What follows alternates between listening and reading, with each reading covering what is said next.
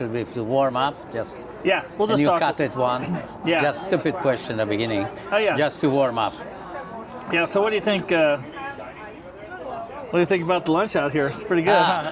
That's the warm up. I love that. That's right. The lunch is good. Yeah. Yeah. No, it's good because I'm testing the sounds. Yeah. So you're gonna go to San Francisco for what, July 4th? Yeah, I will go to celebrate our country's anniversary, 250. It's a good one. There you go. Okay, so I think we're good. Yeah, it's good. Okay, so Just a second. yeah, go ahead and Yeah. tighten that up a little bit. There you go. It's good? Yeah, the push there. There you go. That's perfect. Yeah. Perfect. Okay. So Andreas, thank you for joining us on the grid strategy. We'll start again. Yeah. Andreas, great to see you again, and we're going to do the part 2 on the Sure. grid strategy show. Yeah. And today we're going to talk about something different, something that you're pretty excited to share. Yeah, I'm pretty excited to share about the new configuration for the data centers. The data centers are growing tremendously. So what we used to be a big data center 5 years ago is pretty small now. We are talking about hyperscalers, data centers that are the size of an airport. Yeah, they're huge. We're doing a few 2 gigawatt for Amazon, so we're familiar with big ones. Yeah. And really, you're talking about a new architecture. I think moving to DC and 800 volts, something like that. Yeah, something like that. So a lot of things happening. If we go to see the NVIDIA, the new chips, NVIDIA, the Vera Rubin, which are coming 28, 29, they are so power hungry. Yeah. And of course, they are so fast, and we need all this computing power for the AI. And everybody who search on the AI and use AI see that sometimes the latency is huge, and that takes minutes to get your results, and that's only because there is no sufficient power to power all the data centers. So hyperscaler, 2 gigawatt, imagine that's 2 nuclear power. Right. So it's huge. So how you get this energy on the rack level, on the level of the chip? You have to get hundreds of megawatts to the chip. So the old architecture with 24, 48 volts DC doesn't work anymore, because then you have to transfer thousands of amps that make huge copper cables, tons of cable that are probably of dimension of a water pipe. So they're getting huge. We need it. That's the bottleneck. That's the bottleneck. So then we come up, and then they come up with 800 volt DC architecture, which is nothing, not very new. Because if you go to San Jose, by the way, the San Jose light rail is 750, and it has an upgrade next to the Moffett place to 800 volt DC. Oh wow. So that's the same voltage that. Yeah. So they're already used to doing it. And this is all the subways, the old subways in New York, in Boston. They use that. It's DC 100 years ago was the voltage. Now, because we have all DC chips and all the electronics work also on DC, we need to get with this power. So we have a totally new architecture of inside the data center. So we come in with 34.4 kilovolts, and then we transfer them with a solid state transformer in 800 volt DC. And then this 800 volt DC is distributed to the racks. But 800 volt, to get it on a chip, you need to step down. So a chip is taking 0.7 volts. How you do that? And that's a big challenge, because unlike the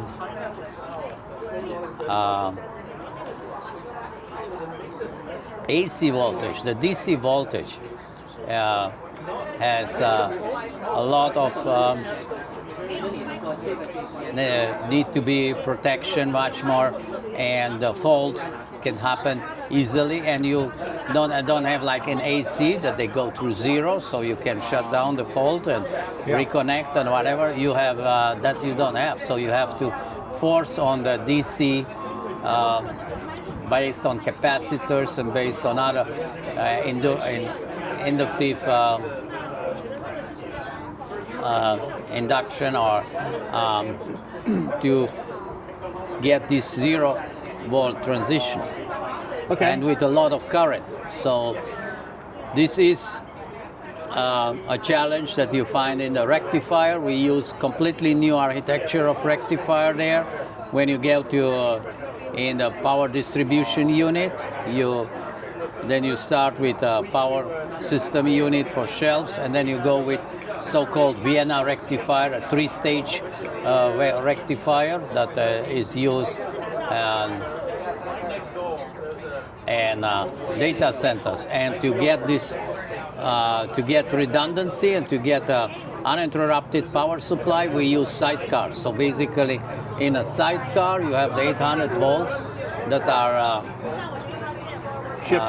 shifted down to 50 volts, and then transferred on the rack level. Okay. And to transfer the seamless, there's a lot of DC conversion involved with silicon carbide transistors that are far more performant than the usual silicon, which we use on the higher voltage, and on the lower voltage we use gallium nitride transistors that are very good on frequency. A gallium nitride can oscillate in up to 100 megahertz, which is fantastic. So the more we oscillate, the less capacity we need, the less inductance we need. Okay. So the components can become very small. Just to give you an example, if we have on 2 megawatt rack, we have 2% losses. Okay. That's 20 kilowatt. 20 kilowatt, it's huge. It's like all your home with 5-6 ACs and all connected. So that's a huge one. That's a lot. And to compress it on a small surface, because that's heat. The loss is heat. So to make it efficient, you need good capacitors, good inductance, and with frequency, they got smaller and smaller. Yeah. Imagine they succeeded in NVIDIA to compress this 200 kilowatt on a surface that is 10 inch square. It's amazing. Yeah. Without it getting fried. Yeah, and I can talk for hours there about how they do it, and I probably only talk about the tip of the iceberg. Yeah.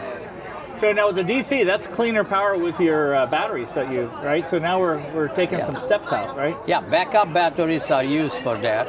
Okay. And we have that we can use the backup batteries. Yeah. But the DC is primary for the chip. Okay. And we need the DC to reduce conversion losses and to manage the transition to the rack. Okay. So if I understand it correctly, 2 weeks ago, Elon Musk was talking about this. Yeah, he was talking that the DC grid is the future. Yeah. We have now the capacity with all the new transistors that I mentioned before to control this grid, to get this, deliver the power without fault to the chip, on the chip level. Okay. And that was not possible 100 years ago during Edison time. Right. So now it's possible. When do you think it will start to roll out? I think it's rolling out. It's rolling out now. The key rack, that is developed by NVIDIA, is the system that is designed for these chip racks, full of chips that use this high voltage, high DC voltage. So is that 2028 that we're going to start to see the first high voltage, or is it? I think yes. I think they're already in manufacture. First are coming. Okay. And I think all the hyperscalers that are built now will be on 800 volt DC. That's the new standard. Which is in the side car and They will be connected to the compute rack with 50 volts from the Okay. sidecar, DC. Yeah. Be connection cables, flexible connection cables, and that's how we will have. And That's pretty exciting. How did you find out about this? Is this something that you guys? it's publicized by NVIDIA. Okay. You can go on NVIDIA and see there. There are conferences Okay. about that. It's the future. It's the future, and everybody's talking about 800 volt DC. And as I said, it's strange that everybody's thinking that's something new. Our grandfathers and grandmothers used to go by the old trams, and that was the was the 800. But at that time, the trams at that time they used the DC for the DC motors. Yeah. Which is DC motor is faster and accelerated, and they had if you look at the old trams, you see that on the roof there is like a big thing, and you think, what is that? That's the resistor, because a lot of heat was going through the resistor. Oh yeah. Like 20-30% of the energy was lost. Yeah. And now we can save that. Now we lose 2%. Yeah. Wow. Well, that's amazing. Well, good. Well, I appreciate you sharing this, and it's going to keep us on the front edge of where things are going with efficiencies. Yeah, and I'm happy to share more and go into detail to talk about the Vienna rectifier, the 3-level rectifier with based on gallium nitride or silicon carbide MOSFETs with boost, phase boost. So it's excellent concept that came out.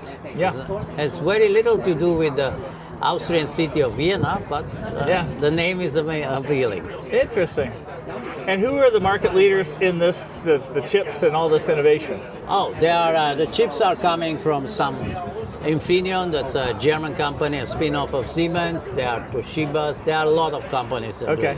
do. And because we are approaching a big anniversary, I want to emphasize one thing. The gallium nitride transistors are mainly coming from the United States. We have the supremacy on that. That's really? the newest technology in transistors, and it was developed initially for Pentagon. Oh, really? Yeah. For military kind of? Military use. Okay. And it's coming out of North Carolina. Okay. And there we have an edge against China or somebody else. Wow. U.S. made. China is using only silicon carbide, Okay. which is far inferior. Yeah. And they don't have it. In Europe, same. The Europe have some access to our Okay. technology through NATO. And ideally, we're not shipping any of that out, so we keep it to ourselves. I hope so, but of course, they will build their data centers, and U.S. is on the front end of the data centers. We have, according to very rough estimation, we have 70% of the data centers of the whole world Oh, really? In the United States? in the United States. Okay. And I heard Dallas is the #1 data center. Maybe. area. Yeah. Just recently. Texas is pushing hard. Yeah. We had Virginia before. Right. But it's all about power. That's what they need, power. And necessity drives innovation. It does. Yeah, and we're trying to solve the power problem with this grid strategy show. So I'm reaching out to different folks to see if there's more innovation to help us power this. Yeah, so the 800 volt DC solves a big issue. It does. It's the losses that are, it's not only about the losses, because you have a double problem. The losses are converted in heat. Heat, right. And So you gotta need get heat. cooling, so Right. it's double losses. You lose it, and then you need to cool it. Right. And I think the NVIDIA was talking about their new cooling with liquid and I think glycol to the Yeah. chip. So that reduces a lot of their water consumption because now they're using a closed loop system. Yeah, rather than- glycol is very efficient in cooling. I don't know much about cooling, not my... Yeah, I I'm think they coming have, more for power electronics. Sure. But Well, they have a higher heat resistance. I think it's 113 degrees.